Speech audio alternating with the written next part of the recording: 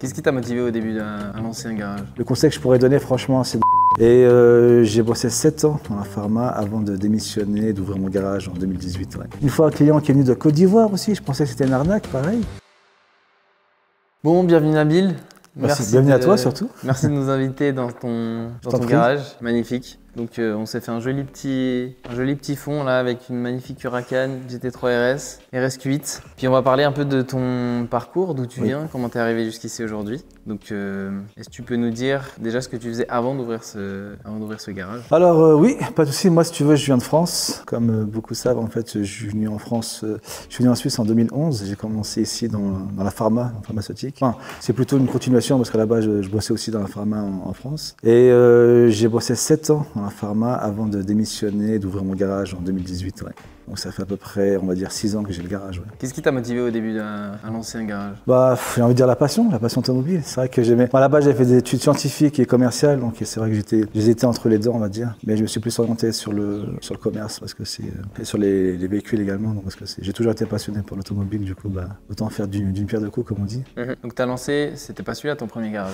Non, c'était à Corcelles, c'était à 10 minutes d'ici, oui. C'était un peu plus petit, on va dire. Ouais. Et celui-ci, je l'ai ouvert en 2020, si jamais. T'as commencé avec quoi comme véhicule au tout début? Bonne question, j'ai commencé avec 2 véhicules, j'avais une C63 AMG et une Panamera de souvenir. Ouais. Et comment tu vois ton entreprise? C'est quoi pour toi je sais pas, les valeurs que tu essaies de faire passer avec ton garage? Les valeurs par rapport à quoi? Enfin, du garage lui-même, parce que la philosophie un peu de ton Tout à fait. Bah, écoute, moi, si tu vois, à la base, moi, j'ai acheté des voitures en tant que privé avant d'ouvrir le garage. Et c'est vrai que, on va dire, toujours resté assez, on va dire, c'est une entreprise, on va dire, conviviale, parce que t'as vu, c'est pas non plus 100 véhicules et tout. Et je pense être assez proche des gens aussi, ouais. Assez proche des gens, et puis je vends des véhicules que moi-même je conduis, que j'ai envie de conduire surtout. C'est pas uniquement des véhicules pour gagner de l'argent, entre guillemets, sinon je pourrais faire peut-être des véhicules comme un peu moyen de gamme, on va dire. Mais l'évolution, après, comme tu as pu voir, c'est vrai qu'on s'est connus en 2020, c'est ça, quand tu m'as acheté une voiture. Ouais, ça fait déjà un petit moment. À savoir que Marwan était mon client au départ,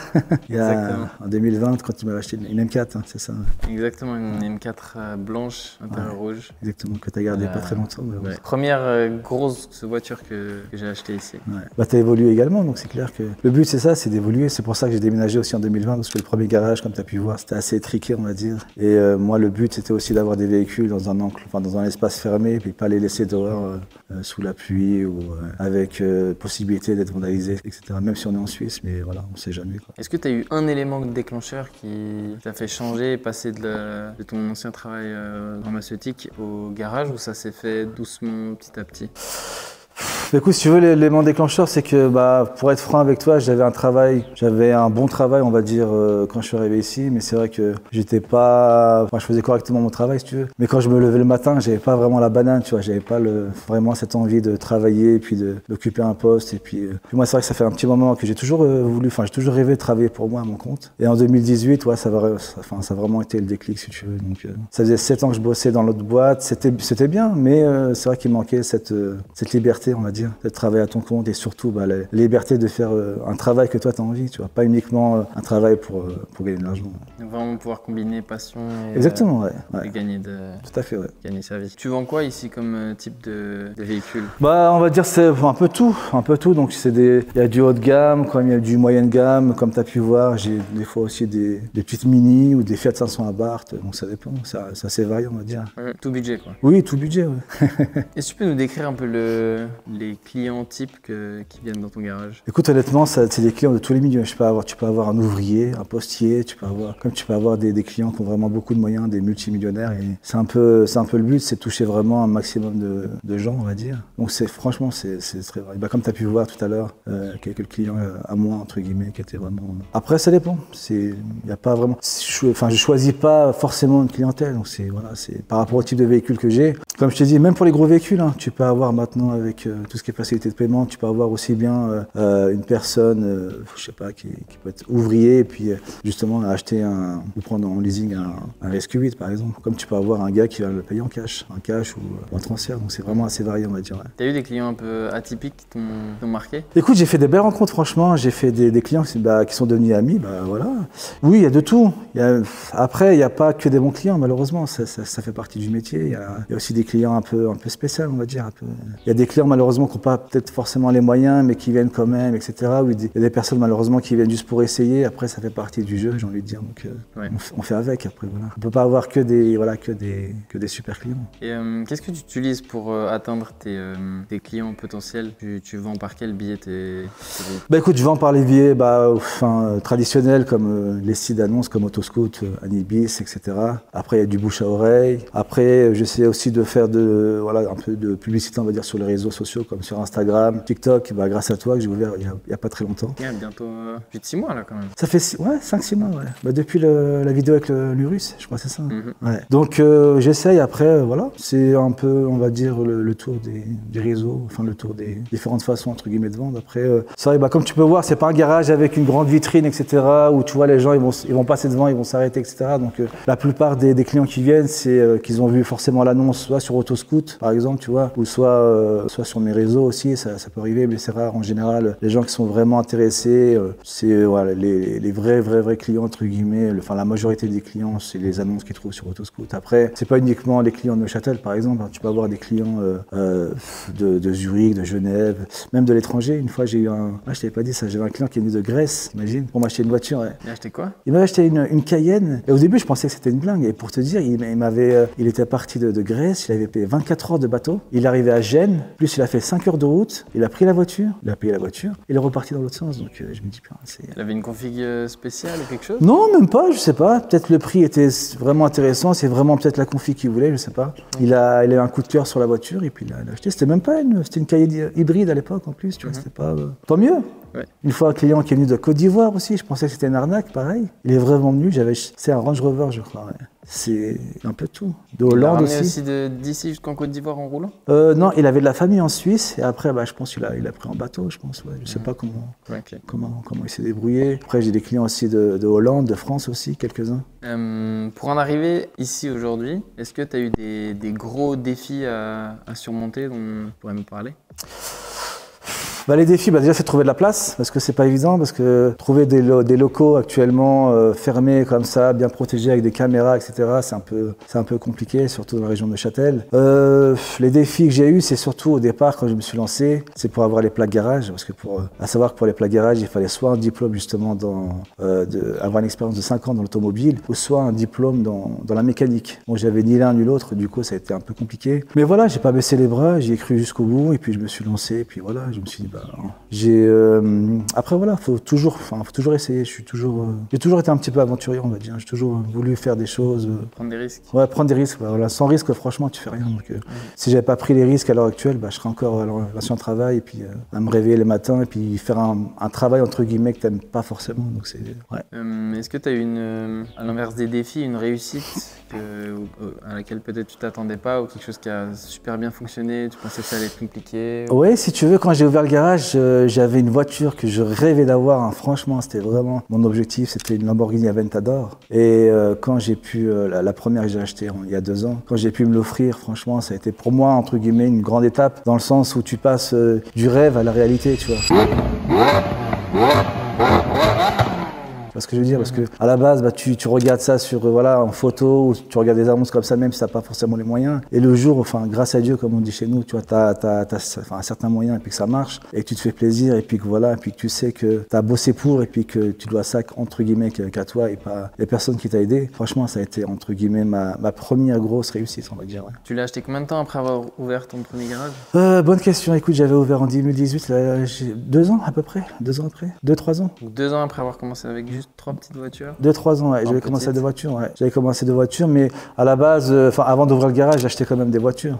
En tant que privé, en tant que particulier, j'ai toujours été passionné par l'automobile et puis j'achetais pour moi, pour le plaisir. Après, c'est clair que, pour la petite histoire, j'étais privé et je vendais à des garages. Donc c'est comme ça que j'ai commencé, entre guillemets. C'est comme ça que j'ai eu l'idée à m'a trotté dans la tête. Je me disais, attends, mais pourquoi? Si moi, en tant que privé, je peux vendre à des garages, donc je pourrais ouvrir mon propre garage et puis soit vendre à des garages, soit vendre à des privés. Donc je pense qu'on a la même philosophie par rapport à ça. Donc, oui. donc voilà. Et le jour où tu l'as revendu, cet Aventador, t'es senti comment? T'es un peu la fin d'une étape? Ouais, c'est comme je vais pas dire la fin d'un cycle, mais en fait, si tu veux, tu as réalisé ton premier rêve, tu vois. Et après, bah, le but, c'est d'avoir d'autres objectifs, entre guillemets. Donc, après, le but, c'est vraiment, entre guillemets, d'évoluer, entre guillemets, au niveau de la gamme des véhicules que je vends, tu vois. Et puis d'avoir une bonne clientèle, en fait. C'est comme ça que ça tourne, etc. Donc, c'est comme ça que tu arrives à vivre de ta passion. Après, bien sûr, malheureusement, bah, on doit s'adapter, par exemple, par rapport à cette histoire d'hybridation, etc., de downsizing aussi, mais voilà, on essaie d'évoluer entre guillemets et puis de s'adapter donc également. T'as un prochain objectif de voiture que t'aimerais pouvoir faire Bonne rentrer? question. Écoute, moi, mon rêve ultime pour l'instant serait une Pagani, tu vois. Ouais, Pagani Huayra, Roadster, bleu là, en carbone, là, magnifique. Ah, t'as déjà la config en plus. Ouais, parce que je l'ai vu, bah, justement, je l'avais vu au salon de l'auto il y a quoi, il y a peut-être 5-6 ans, je crois, quelque chose comme ça. Et c'est vrai que ça m'a trotté dans la tête, tu vois. Quand tu vois surtout, t'as déjà vu en fait quand la voiture elle est ouverte. Devant, derrière. Ouais, exactement. Donc quand le capot il est comme ça et quand le coffre aussi il est comme ça, et puis tu vois les roues, tu vois l'architecture à l'intérieur. C'est tellement. Ouais. Après voilà. On te la souhaite. J'espère qu'elle Moi, je te la souhaite aussi à ton tour. Et toi, ce serait quoi ton rêve automobile? Je pense en ce moment de ce qui existe, je dirais 812 Competizione Aperta.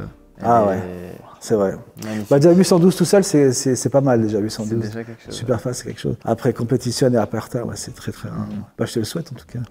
Mais merci. Comment tu te différencies de la concurrence sur le marché? Parce qu'il y a quand même un certain nombre de garages en Suisse qui vendent des véhicules haut de gamme. Bonne question. Bah écoute, comment je me différencie? Moi, si tu veux, ma devise à moi, c'est j'essaye d'avoir les meilleurs rapports, enfin le meilleur rapport qualité-prix de la Suisse, voire d'Europe. Donc sur tous les véhicules à option, kilométrage et année égale, j'essaye d'avoir vraiment un bon rapport qualité-prix. Après, c'est clair que des garages, il y en a, je sais même pas il y en a combien en Suisse, mais il y en a pas mal. Bah, la différence, c'est ça, c'est d'avoir des véhicules entre guillemets bien entretenus, tu vois, qui ont été checkés avant la vente, parce que à savoir que je teste tous mes véhicules avant de les vendre. Deuxièmement, donc avoir des configs un peu sympas, tu vois, comme la Huracan Perf en bleu mat satiné, la GT3 aussi dans une jolie config en vert comme ça, c'est pas mal. Ou la petite RS3 violette, tu vois, que tu as pu voir tout à l'heure. Ouais, j'essaie de me différencier aussi par rapport à ça. Donc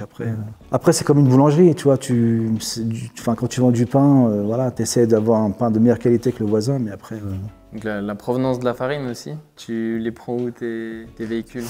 En général en Suisse, hein.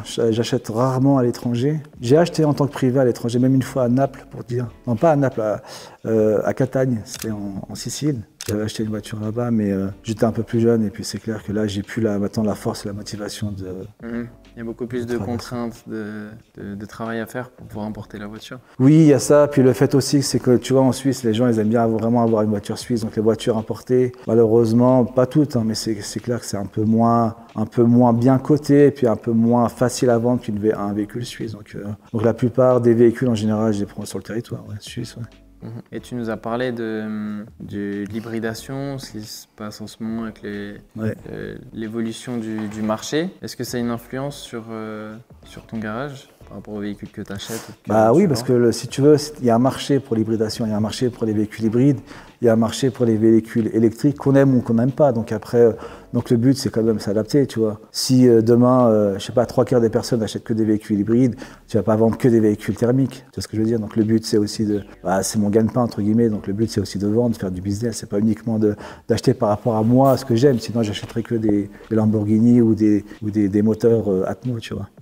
Ouais. Comment tu vois ton garage dans 10 ans? Bonne question. Bah écoute, j'espère avec plus de voitures. Avec plus de voitures et puis... franchement, pour être franc avec toi, même en termes d'évolution, pour moi, tu vois, vu que je travaille, je suis tout seul, hein, j'ai pas d'employé, etc.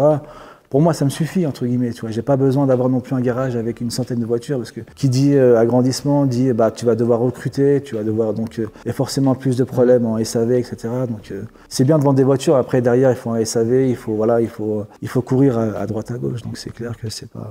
Pour l'instant, je suis satisfait de ce que j'ai. Après, c'est clair que si je peux avoir que des voitures, que des voitures comme ça, c'est encore mieux. Ouais. Ça te convient? Est-ce que tu aurais des conseils à donner à des gens qui aimeraient se lancer dans ce métier, dans ce business? Ouais, bah écoute, les conseils que moi je pourrais donner, que moi j'ai appliqué, c'est toujours, honnêtement, toujours faire toi ce que tu as envie en fait. C'est-à-dire que voilà, quand tu es passionné par quelque chose, tu vas forcément le faire à 100%, tu vois, parce que ça va être non seulement ton métier, mais en plus ta passion. Donc quand tu vas te lever le matin, tu auras la banane, tu vois, pour le faire. Après, c'est clair que je vais pas dire que voilà, je vais pas dire que c'est facile, parce que bien sûr, tu as beaucoup de contraintes. Hein, c'est comme dans tous les métiers, tu as les avantages et les inconvénients, tu vois. Il faut un certain capital pour commencer déjà, tu vois. Le conseil que je pourrais donner, franchement, c'est d'abord économiser pour avoir une petite somme entre guillemets, pour pouvoir acheter sans forcément faire d'emprunt à des banques. Enfin, le but c'est pas être dépendant des gens, tu vois. Le but c'est voilà faire ton truc toi-même, ton business, l'ouvrir voilà toi-même et puis que ça tourne par toi-même. Donc après, il y a ça. Puis la deuxième chose, c'est clair que une personne qui est pas trop dans l'automobile ou qui veut faire ça que pour du business, tu vois, il va pas forcément le faire bien, tu vois. Tu vois ce que je veux dire? Parce que pour lui, une voiture, ça reste une voiture. Donc, comme ils disent souvent, ouais, c'est pour aller d'un point A à un point B, tu vois. Après, oui, c'est clair que c'est une philosophie, tu vois ce que je veux dire. Et puis, bah, il faut être sérieux. Tu vois ce que je veux dire? Faut bien choisir ses voitures avant de les vendre. Parce que là, c'est pas, parce que le problème, c'est quand tu es professionnel, c'est pas les mêmes conséquences que quand tu es privé. Tu as un exemple typique. Si tu prends une voiture, d'accord, et tu sais que la voiture, elle a un stage 2 ou un stage 3, ou je sais pas, puis qu'elle fait, je dis des bêtises, je sais pas, 800 chevaux, au lieu d'en faire 400 ou 500 ou 600 ou bref, si tu la vends et que le gars il se plante avec et puis que tu vois il y a une expertise qui est faite, bah, ça peut se retourner contre toi, tu vois. Puis les conséquences, ça sont donc ouais. Donc si tu le sais, il faut l'avertir, faut avertir toujours le client. Voilà, attention, il y a un stage 1 ou 2 qui n'est pas homologué. Donc voilà, moi je dois aussi une décharge comme quoi le véhicule il fait tant de chevaux. Donc après, tu prends ou tu prends pas, c'est ton problème, tu vois. L'honnêteté.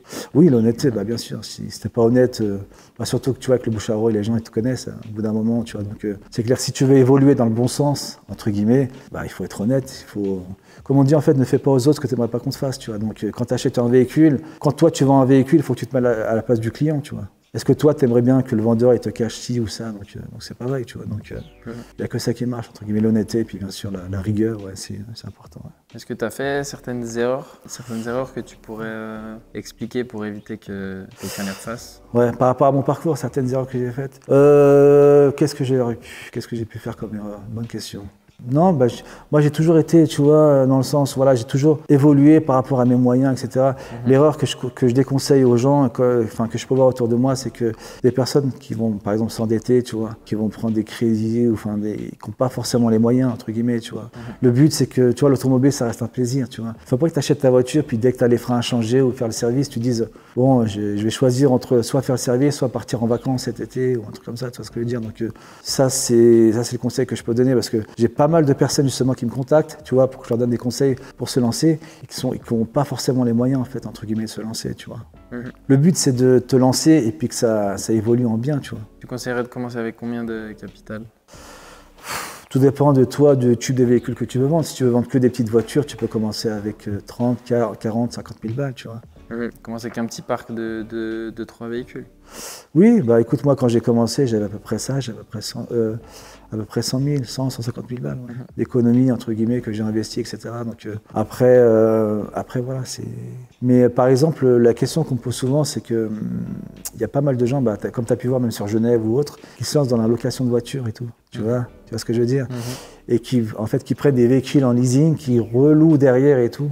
Et bah déjà, tu as pas mal de concurrence maintenant. Et puis le deuxième problème, et c'est pour ça d'ailleurs que je loue pas mes véhicules, c'est qu'il y a beaucoup de gens malheureusement qui respectent pas les véhicules, tu vois. Entre les démarrages à froid, les drifts, les machins, les donuts, les compagnies, et puis tu vois, un embrayage sur une Huracan ou un moteur et tout, ça chiffre vite. Donc à part si vraiment tu choisis ta clientèle et tout, mais je pense pas que les gens peuvent se permettre de prendre que des gens qui ont 40 ans avec voilà, une certaine somme sur leur compte pour pouvoir payer si jamais il y a un problème avec une voiture ou pas, sans compter les vols.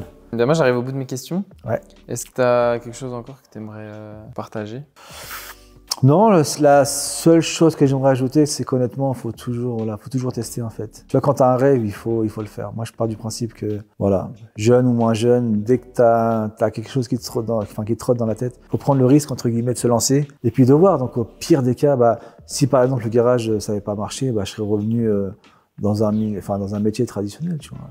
Et puis voilà. Donc moi j'ai essayé, tu vois. C'est ça le truc, le but c'est pas de pas avoir des regrets par la suite, tu vois. C'est le conseil que je peux te donner après. Bah, merci beaucoup. Je t'en prie. J'espère que vous avez pu apprécier cette vidéo et le parcours de Nabil et de son garage NN Luxury Cars à Neuchâtel. Merci. À bientôt. Salut tout le monde. I know she'll be ready when I pull up, time to slide. Catch me out in public, guarantee she by my side. Ain't nobody